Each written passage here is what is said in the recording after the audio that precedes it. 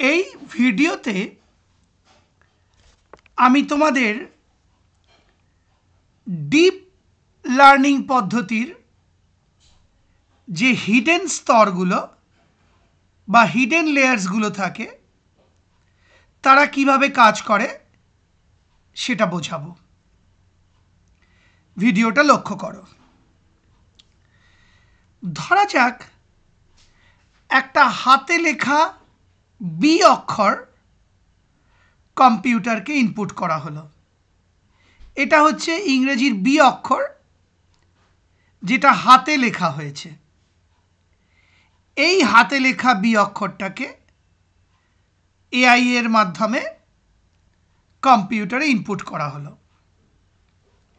এইবার সেই বি অক্ষরটা প্রথমে পিক্সেল ইনপুট হিসেবে, এই যে দেখতে পাচ্ছ তোমরা, পিক্সেল ইনপুট হিসেবে কম্পিউটারে ইনপুট হবে।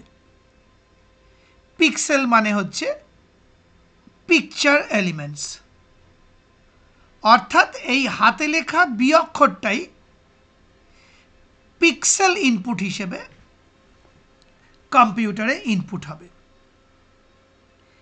এবার ডিপ লার্নিং এর প্রথম যে স্তরটা রয়েছে, এই যে আমি মাউস পয়েন্টার ঘোরাচ্ছি, দেখো এই যে ওপরে লিখেও দিয়েছি প্রথম স্তর, তলায় ইংরেজিতে লেখা আছে লেয়ার 1। এই স্তরটা এই পিক্সেলের যে বিটা ইনপুট হলো তাকে বিশ্লেষণ করবে এবং এজ বা প্রান্তগুলোকে ডিটেক্ট করবে বা চিনবে। আবার বলছি, প্রথম স্তর এই যে বি অক্ষরটা পিক্সেল হিসেবে ইনপুট হলো তার প্রান্তগুলোকে বা এজগুলোকে চিনবে, চিনে সেগুলোকে বিশ্লেষণ করবে এবং দ্বিতীয় স্তরে পাঠিয়ে দেবে। এই যে দ্বিতীয় স্তর, এই যে উপরে লেখা আছে দ্বিতীয় স্তর। দ্বিতীয় স্তর সেই বিশ্লেষণ করা ডেটাকে আরও গভীরভাবে বিশ্লেষণ করবে, অর্থাৎ আরও ডিপলি বিশ্লেষণ করবে বা ডিপলি অ্যানালিসিস করবে, করে তৃতীয় স্তরে পাঠিয়ে দেবে। এবার তৃতীয় স্তর সেই ডেটাগুলিকে আবার আরও গভীরভাবে বা ডিপলি অ্যানালিসিস করবে বা গভীরভাবে অ্যানালিসিস করবে এবং ইংরেজি অক্ষরমালা থেকে বি অক্ষরটিকে শনাক্ত করবে।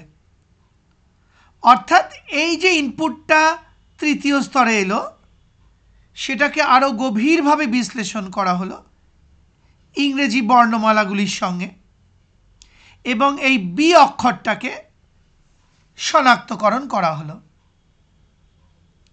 আর সব শেষে সেই বি অক্ষরটাকে আউটপুট হিসেবে প্রদর্শন করলো ডিপ লার্নিং। তাহলে সামারি কি হলো? প্রথমে হাতে লেখা অক্ষর বি ইনপুট করা হলো, সেটা পিক্সেল রূপে বা পিক্সেল হিসেবে ডিপ লার্নিং এর প্রথম স্তরে ইনপুট হয়ে গেল। প্রথম স্তর সেই পিক্সেলগুলিকে ভালো করে বিশ্লেষণ করে প্রান্তগুলি বা এজগুলি তৈরি করলো বা চিনতে পারল। তারপর সেই বিশ্লেষণ ডেটাগুলো দ্বিতীয় স্তরে পাঠিয়ে দিল। এবার দ্বিতীয় স্তর সেই প্রথম স্তর থেকে পাওয়া ডেটাগুলোকে আরও গভীরভাবে বিশ্লেষণ করলো এবং তৃতীয় স্তরে পাঠিয়ে দিল।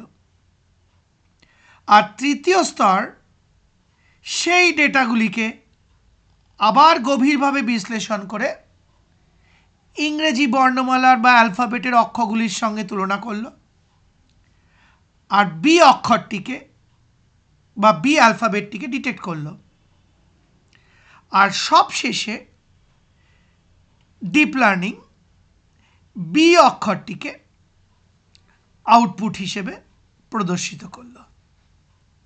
এইভাবে কোনো ইনপুট চলে যায় পিক্সেলের মাধ্যমে, তারপর বিভিন্ন স্তর দ্বারা, মূলত 3টে হিডেন স্তর থাকে, প্রথম স্তর, দ্বিতীয়, তৃতীয় স্তর দ্বারা বিশ্লেষিত হয় এবং গভীরভাবে বিশ্লেষিত হয়, যেটাকে ডিপ অ্যানালিসিস বলা হয়, এবং সবশেষে এআই এর মাধ্যমে বা এআই এর ডিপ লার্নিং এর মাধ্যমে আউটপুট পাওয়া যায়। অনেকবার করে বলে দিলাম, আশা করি বুঝতে পারলে। সেই সঙ্গে আমার এই ভিডিওটি, অর্থাৎ ডিপ লার্নিংয়ের লুকোনো স্তরগুলি কিভাবে কাজ করে দেখিয়ে ভিডিওটি শেষ হলো।